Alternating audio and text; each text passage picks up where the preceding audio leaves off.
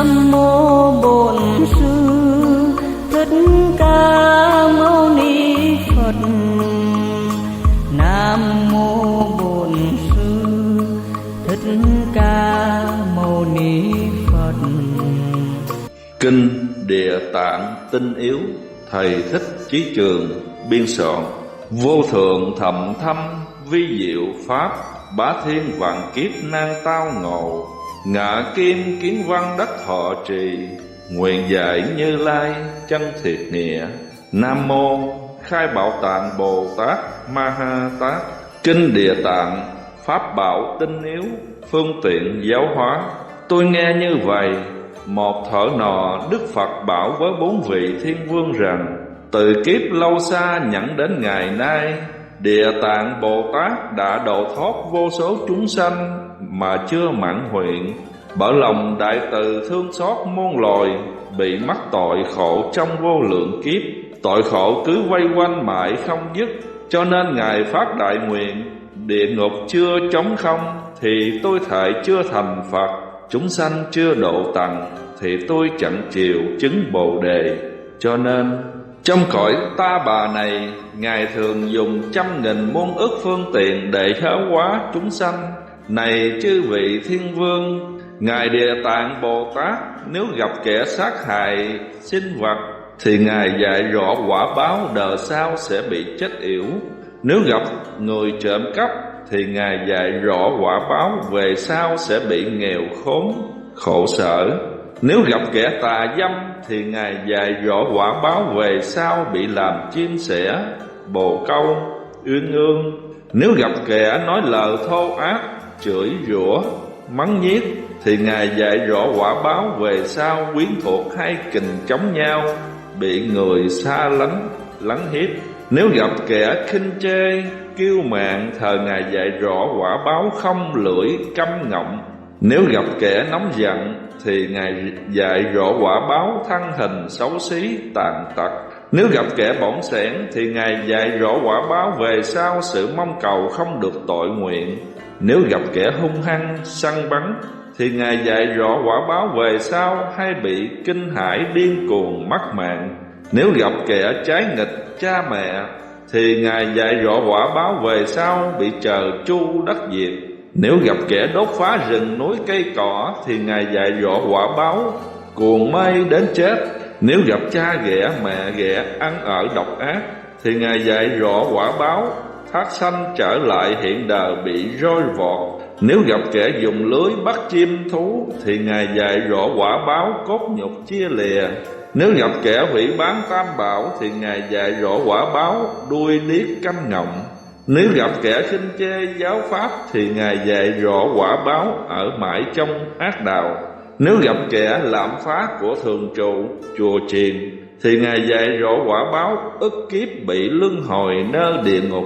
Nếu gặp kẻ ô nhục người phạm hạnh và phỉ báng tăng ni thì Ngài dạy rõ quả báo đời sau bị đọa trong loài súc sanh.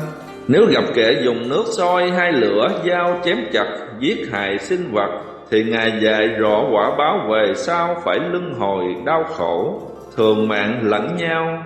Nếu gặp kẻ phá giới phạm trai thì Ngài dạy rõ quả báo làm cầm thú đối khác. Nếu gặp kẻ phung phí của cải một cách phi lý thì Ngài dạy rõ quả báo về sau sự tiêu dùng bị thiếu hụt. Nếu gặp kẻ kiêu mạn cống cao thì Ngài dạy rõ quả báo về sau làm kẻ hèn hạ, bị người sai khiến. Nếu gặp kẻ hay đâm thọc khiến cho người gây gỗ thờ Ngài dạy rõ quả báo câm ngọng không có lưỡi. Nếu gặp kẻ tà kiến mê tín thì Ngài dạy rõ quả báo về sau sẽ thọ sanh vào chốn hẻo lánh. Những chúng sanh trong cõi diêm phù đề này do nhân khẩu ý tạo tác ác nghiệp như thế nên phải chịu 100.000 muôn sự báo ứng như vậy. Nay chỉ nói sơ lược đó thôi. Khi ấy Ngài Địa Tạng Bồ Tát nói với Bồ Tát Phổ Hiền rằng: thưa tôn giả, do chúng sanh trong cõi diêm phù đề tạo những ác nghiệp như thế nên chiêu cảm ra những cảnh địa ngục khôn lường, nghiệp lực rất lớn, có thể sánh bằng núi Tu Di, có thể sâu giường biển cả. có thể ngăn đạo thánh. Vì thế chúng sanh chớ khinh điều quấy nhỏ mà cho là không tội. Sau khi chết đều có quả báo, dầu chỉ mãi muốn đều phải chịu lấy. Chỉ thân như cha với con, mỗi người cũng phải theo nghiệp riêng của mình mà đi khác đường. Dầu có gặp nhau cũng chẳng bằng lòng chịu khổ thay cho nhau. Ngài Địa Tạng Bồ Tát lại nói rằng: thưa tôn giả, những sự tội báo trong chốn địa ngục rất ghê sợ. Hoặc có địa ngục kéo lưỡi người tội ra cho trâu cài trên đó, hoặc có địa ngục moi tim người tội để cho quỷ dạ so ăn, hoặc có địa ngục vạc dầu sôi sùng sục nấu thân người tội, hoặc có địa ngục đốt cột đồng cháy đỏ rồi bắt người tội ôm lấy, hoặc có địa ngục từng bựng lửa lớn bay tấp vào người tội, hoặc có địa ngục toàn là băng giá, hoặc có địa ngục đầy vô hạn đồ phẫn tiểu, hoặc có địa ngục đầy lao gai trong sắt, hoặc có địa ngục đâm nhiều giáo lửa, hoặc có địa ngục chỉ đập vai lưng, hoặc có địa ngục chỉ đốt chân tay, hoặc có địa ngục cho rắn sắt quấn cắn, hoặc có địa ngục xua đuổi chó sắt, hoặc có địa ngục đóng ách lừa sắt. Thưa tôn giả, những quả báo như thế trong mỗi địa ngục có 100.000 thứ khí cụ để hành hình, đều là bằng đồng, bằng sắt, bằng đá, bằng lửa. 4 loại khí cụ này do ác nghiệp, xấu ác của chúng sanh mà chiêu cảm ra đấy thôi. Nếu tôi thực rõ những sự về tội báo ở địa ngục, thờ trong mỗi địa ngục lại còn có 100.000 thứ khổ sở, huống chi là nhiều ngục khác nữa. Bây giờ Đức Phật bảo Ngài Phổ Quảng Bồ Tát rằng: trong đời sau như có người thiện nam, kẻ thiện nữ nào nghe được danh hiệu của Ngài Địa Tạng Bồ Tát, hoặc chắp tay cung kính, hoặc tán thán khen ngợi, hoặc đảnh lễ cúng dường, thì người đó sẽ qua khỏi tội khổ trong 30 kiếp. Lại nữa, này Phổ Quảng Bồ Tát, trong đời sau như có người thiện nam, kẻ thiện nữ nào bị đau nằm liệt trên giường, cầu sống hay muốn chết cũng đều không được, hoặc đêm đêm nằm chim bao thấy quỷ dữ cho đến thấy kẻ thân thích đã chết, hoặc thấy đi trên đường nguy hiểm, hoặc bị bóng đè, hoặc với vị thần cùng đi, trải qua nhiều tháng nhiều năm đến đổi thành trọng bệnh, hoặc trong giấc ngủ kêu la thê thảm sầu khổ. Đây đều là ác nghiệp đời trước nên bệnh rất khó lành, sau khi chết có thể bị đọa trong ác đạo, cho nên phải đối trước tượng của chư Phật Bồ Tát mà thành kính đọc tụng kinh này, hoặc lấy những món đồ vật riêng của người bệnh như y phục, đồ quý báu, nhà cửa, ruộng vườn, vân vân, đối trước người bệnh cất tiếng lớn mà sướng lên rằng: chúng con tên đó họ đó, nay nhân danh người bệnh này đối trước kinh tượng, đem những của cải vật chất này mà cúng dường Tam Bảo, hoặc tạo hình tượng của Phật Bồ Tát, hoặc xây dựng chùa tháp, hoặc sắm đèn dầu thắp cúng, hoặc cúng vào của thường trụ Tam Bảo, hoặc bố thí cho chúng sanh. Sướng lên như vậy 3 lần để cho người bệnh được nghe biết. Giả sử như thần thức của người bệnh đã phân tán đến hơi thở đã dứt, thời hoặc 1 ngày, 2 ngày, 3 ngày, cho đến 7 ngày, cứ lớn tiếng sướng bạch như trên mà lớn tiếng tụng kinh này, nhờ phước báo ấy mà bệnh nhân được hết bệnh. Hoặc nếu có mãn phần mãn chung, thì dù cho từ trước có tội nghiệp nặng, nhận đến 5 tội vô gián, cũng được thoát khỏi hẳn mà thọ sinh vào các cảnh giới an lành, sinh con dễ nuôi. Lại nữa, này Phổ Quảng Bồ Tát, về sau nơi cõi Diêm Phù Đề, như có người nào mới sanh con trai hoặc con gái, nội trong 7 ngày, sớm vì đứa trẻ mới sinh ra đó mà tụng niệm kinh này, hoặc trì niệm danh hiệu Nam Mô Địa Tạng Vương Bồ Tát đủ 1 muôn biến, thì đứa trẻ mới sinh ra đó, nếu đời trước nó có gây ra tội nghiệp chi cũng được thoát khỏi, lại còn an ổn vui vẻ dễ nuôi, thọ mạng lâu dài. Còn như nó là đứa nương nơ phước lực mà thọ sinh, thì khi sinh ra đời nó càng được phước báo an vui hơn. Ngày thập trai tụng kinh được phước. Lại nữa này Phổ Quảng Bồ Tát, trong mỗi tháng những ngày mùng 1, mùng 8, 14, rằm, 18, 23, 24, 28, 29 và 30, 10 ngày trên đây là ngày mà các nghiệp tội kết nhóm lại để định là nặng hay nhẹ. Tất cả những cử chỉ động niệm của chúng sanh trong cõi Nam Diêm Phù Đề đa phần là tội lỗi. Huống nữa là những kẻ buông lung giết hại, trộm cắp, tà dâm, vọng ngữ, trăm điều tội ác.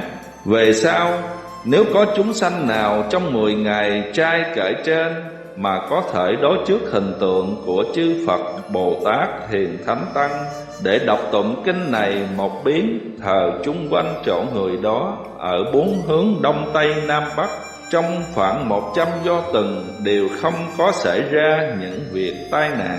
Còn chính nhà của người đó ở, tất cả mọi người hoặc già hoặc trẻ, về hiện tại và vị lai đến 100.000 năm xa khỏi hẳn các ác đạo. Trong 10 ngày trai trên đây, nếu có thể mỗi ngày tụng một biến kinh này, thì trong đời hiện tại hay làm cho người trong nhà khỏi phải mắc những chứng bệnh bất ngờ, đồ ăn được dư dả. Này Phổ Quảng, vì thế nên biết rằng Ngài Địa Tạng Bồ Tát có bất khả thiết 100.000 muôn ức những sự oai thần lớn nhiều lợi ích cho chúng sanh như thế, lợi ích cả kẻ còn người mất. Lúc đó Ngài Địa Tạng Bồ Tát bạch cùng Đức Phật rằng: bạch Đức Thế Tôn, con xem chúng sanh trong cõi Diêm Phù sinh tâm động niệm không việc gì là chẳng phải tội. Bạch Đức Thế Tôn, những chúng sanh quen theo thói ác, bắt đầu từ lỗi nhỏ rồi lần đến nhiều vô lượng. Đến khi mạng chung, nếu cha mẹ cùng thân quyến của người đó mà tu tạo phước lành để giúp cho người đó, hoặc đọc tụng tôn kinh, hoặc cúng dường tượng Phật cùng hình tượng của các vị Bồ Tát, cho đến niệm danh hiệu của Phật của Bồ Tát, làm cho một danh hiệu thấu vào lỗ tai của người sắp mạng chung, khiến cho tâm thức người đó nghe biết, thì nghiệp chướng sẽ vơ đi, phước báo sẽ tăng trưởng mà thoát khỏi ác đạo. Thưa Thế Tôn, nếu theo nghiệp ác của người đó đã gây tạo, suy tính đến quả báo, thờ đáng lẽ phải đọa trong ác đạo, song nhờ thân quyến vì người đó mà tu tạo công đức lành, cho nên các điều tội ác của người kia thải đều tiêu sạch. Như sau khi người đó chết, lại trong 49 ngày mà thân nhân có thể vì người ấy tu tạo nhiều phước báo, thì có thể làm cho người chết đó khỏi hẳn chốn ác đạo, được sanh lên cõi trời, hoặc sanh trong loài người hưởng lấy nhiều sự vui sướng, mà kẻ thân quyến hiện tại đó cũng được vô lượng điều lợi ích. Vì lẽ trên đó nên Ngài Địa Tạng đó trước Đức Thế Tôn cùng với hàng trời rồng 8 bộ chúng, người và phi nhân vân vân, mà có lời phiên bảo những chúng sanh trong cõi Diêm Phù Đề rằng: khi lâm chung, kẻ thân thuộc phải cẩn thận, chớ có giết hại sinh vật và chớ gây tạo nghiệp duyên chẳng lành, cũng đừng tế lễ quỷ thần và cầu cúng ma quái. Vì việc giết hại cho đến tế lễ đó đều không có lợi ích cho người chết, mà chỉ có kết thêm tội ác, khiến người chết càng thêm sa đọa. Bởi thế cho nên những người thiện nam cùng thiện nữ ở hiện tại và vị lai nghe lời tôi nói đó, nên cố gắng tu hành thì hưởng được nhiều công đức. Thật ra con quỷ dữ vô thường kia không hẹn mà đến, thần hồn vơ vẩn mịt mờ chưa rõ là tội hay phước. Trong 49 ngày ngay như điếc, hoặc ở tại cách ti sở để biện luận về nghiệp quả. Khi thẩm định xong, thờ cứ y theo nghiệp mà thọ lấy quả báo. Trong lúc thần hồn người chết đó khi chưa được thọ sanh, ở trong 49 ngày luôn luôn trong ngóng hàng thân quyến trên dương thế tu tạo phước lành để cứu vớt cho họ. Khi qua khỏi 49 ngày thờ cứ theo nghiệp mà thọ sanh cảnh giới tốt xấu. Nếu người chết đó là kẻ có tội, thì trải qua 100.000 năm phải chịu khổ, không có ngày nào được thoát khỏi. Còn nếu là kẻ phạm 5 tội vô gián thì phải đọa vào đài địa ngục, chịu mãi những sự thống khổ trong nghìn kiếp muôn kiếp cũng khó được xa. Lại nữa, sau khi những chúng sanh gây phạm tội như thế, khi mạng chung, nếu hàng viễn thuộc cúng dường trai tăng để giúp thêm phước lành cho người chết đó, thì khi sắm sửa chưa rồi, cùng trong lúc đương làm, chớ có đem nước gạo lá rau vân vân đổ vải ra nơi đất, cho đến các thứ đồ ăn chưa dâng cúng cho Phật cùng chư tăng thì chẳng được ăn trước. Nếu như ăn trái phép và không được tinh sạch kỹ lưỡng, thờ người chết đó không có được phước báo. Vì thế nên những chúng sanh trong cõi Diêm Phù Đề, sau khi cha mẹ hai người thân chết, nếu có thể làm trai tăng cúng dường, hoặc bố thí, hoặc cắt chùa, tạo tượng Phật, tượng Bồ Tát, hoặc phóng sanh vân vân, chí tâm thành khẩn, thì những người như thế, kẻ còn người mất đều được lợi ích cả, công đức khỏi nguy hiểm. Khi ấy Phật bảo Ngài Quán Thế Âm Bồ Tát rằng: trong vị lai, nếu có người thiện nam hay thiện nữ nào vì việc làm ăn, vì việc công chuyện riêng, vì việc sống chết, vì việc gấp mà phải vào rừng núi hay qua sông vượt biển, gặp nước lũ lớn, hoặc đi qua đường hiểm nguy, thì người ấy trước khi đi nên trì niệm danh hiệu Nam Mô Địa Tạng Vương Bồ Tát đủ số 10.000 lần.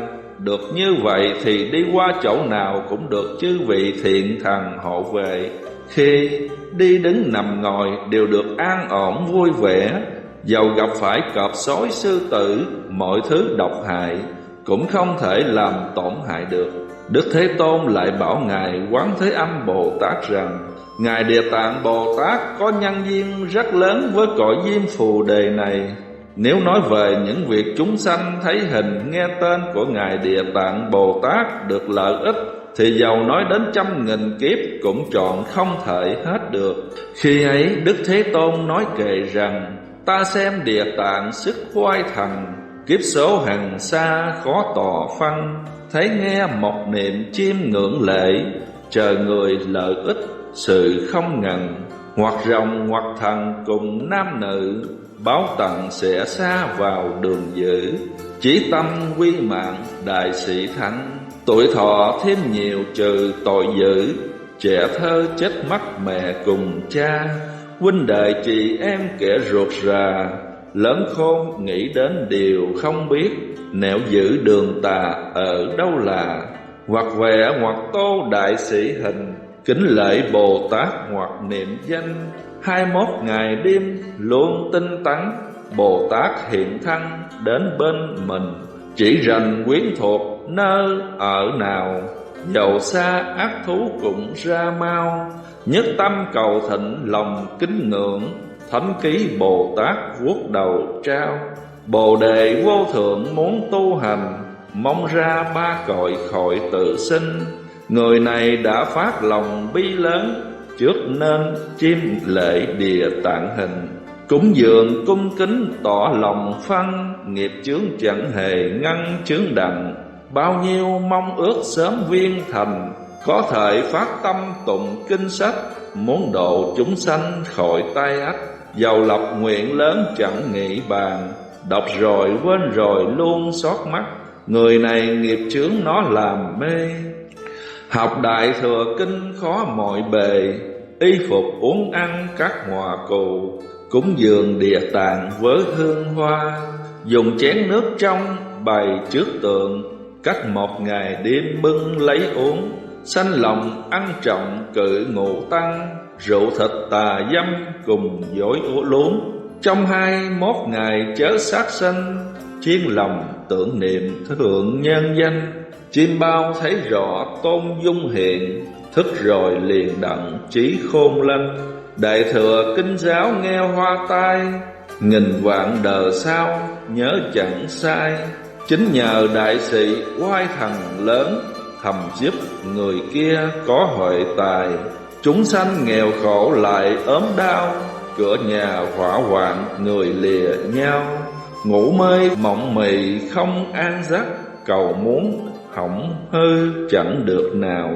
Dốc lòng chiêm lễ địa tạng Ngài, bao nhiêu việc ác thải tiêu ngay.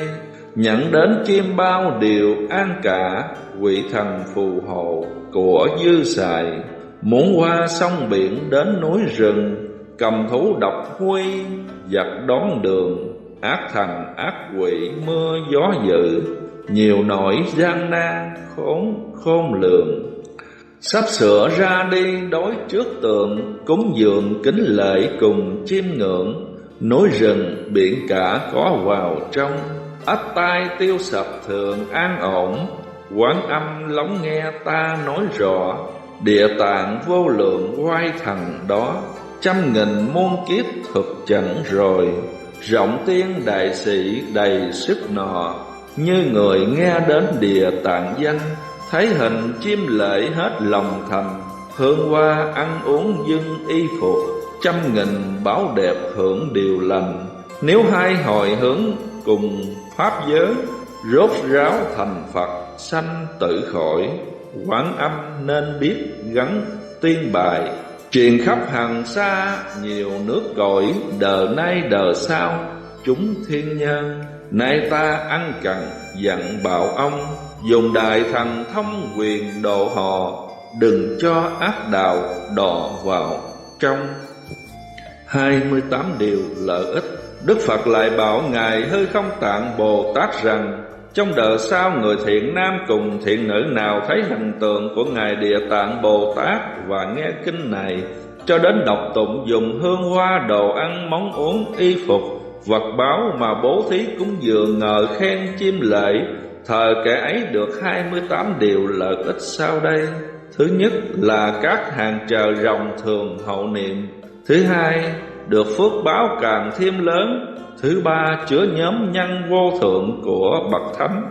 Thứ tư, mãi không còn thói thắt nơi đạo Bồ Đề. Thứ năm, đồ mặc món ăn dồi dào đầy đủ. Thứ sáu, những bệnh tật không đến nơi thăng. Thứ bảy, khỏi những tai nạn về lửa và nước. Thứ tám, không có bị hại vì trộm cướp. Thứ chín, người khác thấy đến sanh lòng cung kính hoan hỷ. Thứ 10, các hàng quỷ thần thường theo hộ trì. 11, đời sau thân gái sẽ chuyển thành thân trai. 12, đời sau sẽ làm con gái với các hàng vương giả đại thần. 13, thân tướng xinh đẹp. 14, phần nhiều sẽ được sanh về các cõi trời. 15, thường làm bậc vua chúa. 16, có trí sáng biết rõ việc trong những đời trước. 17, có mong cầu việc chi cũng đều được tội ý. 18, quyến thuộc đều được an vui sum vầy. 19, các tai vạ bất ngờ đều dứt sạch. 20, các nghiệp về ác đạo đều trừ hẳn. 21, đi đến đâu cũng không bị trở ngại. 22, đêm nằm chim bao an vui hoan hỷ. 23, những người thân đã chết nếu có tội thờ được khỏi khổ. 24, được thọ sanh về cõi an lành. 25, được các bậc thánh khen ngợi. 26, căn tánh được lanh lợi thông minh. 27, tăng trưởng lòng từ bi. 28, sớm được thành vô thượng giác. Và 7 điều lợi ích như sau. Lại nữa, này Hư Không Tạng Bồ Tát, như hàng trời rồng vĩ thần ở hiện tại và vị lai nghe danh hiệu của Ngài Địa Tạng Bồ Tát mà siêng năng đảnh lễ hình tượng của Ngài Địa Tạng, hoặc nghe các sự về bổn nguyện tu hành của Ngài Địa Tạng Bồ Tát mà khởi tâm khen ngợi chiêm lễ, thờ sẽ được 7 điều lợi ích như sau. Thứ nhất, mau chứng được bậc thánh. Thứ hai, nghiệp ác sớm được tiêu diệt. Thứ ba, chư Phật thường đến ủng hộ. Thứ tư, sẽ không thối thất Bồ Đề tâm. Thứ năm, bổn lực được tăng trưởng. Thứ sáu, việc đời trước đều rõ biết. Thứ bảy, sớm được thành Phật.